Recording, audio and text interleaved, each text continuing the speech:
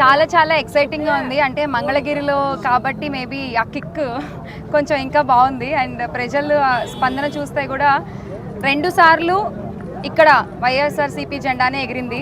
ముచ్చటగా 3వసారి కూడా లావణ్య గారిని గెలిపించి ఈ మంగళగిరి అడ్డాపై ముచ్చటగా 3వసారి వైసీపీ జెండానే ఎగురుతుంది అన్నది ఇవాళ ఇక్కడ ప్రజల స్పందన చూసాక అర్థమైందండి. నారా లోకేష్ పోటీ చేస్తారు, గతంలో కూడా పోటీ చేశారు. ఇప్పుడు భారీ ఎత్తున గెలుస్తాయి ఒకవేళ మెజార్టీతో వైసీపీ ఊడిపోతుంది అన్న. నాకు తెలిసింది చెప్తానా అంటే అప్పుడు ఆళ్ల రామకృష్ణారెడ్డి అని అనుకుంటా ఇక్కడ ఆ రామకృష్ణ అన్న మీద గెలవలేక ఎమ్మెల్సీ అయ్యి తర్వాత మంత్రి పదవి తీసుకున్నారు. అది అందరికీ తెలిసిన విషయమే, నాకే కాదు. అండ్ మరి ఇప్పుడు ఇక 3వసారి కూడా ఇక్కడ వైసీపీ ప్రభుత్వమే వస్తుంది. వైసీపీ ప్రభుత్వాన్ని గెలిపిస్తారు ఇక్కడ ప్రజలు. ఇక మరి ఆయన ఇప్పుడు ఏ పదవి తీసుకుంటారు?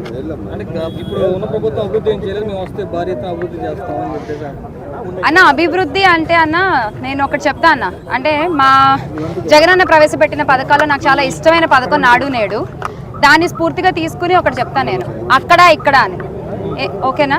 నాకున్న జ్ఞానంతో నాకు తెలిసిన దాంతో మాట్లాడుతున్నటువంటివి ఇవి. అక్కడ స్కాములు, ఇక్కడ స్కీములు, అక్కడ దాచుకోవడం, ఇక్కడ ప్రజలకి పంచిపెట్టడం, అక్కడ నాయకులు, ఇక్కడ లీడర్లు, అక్కడ సంక్షోభం, ఇక్కడ సంక్షేమం. మరొకసారి ఖచ్చితంగా మంగళగిరిలో ఇవాళ నేను ఈ తాడేపల్లిలోని మహానాడులో తిరగడం జరిగింది. చాలా ఖచ్చితంగా చెప్పగలను, ఇక్కడ గెలిచేది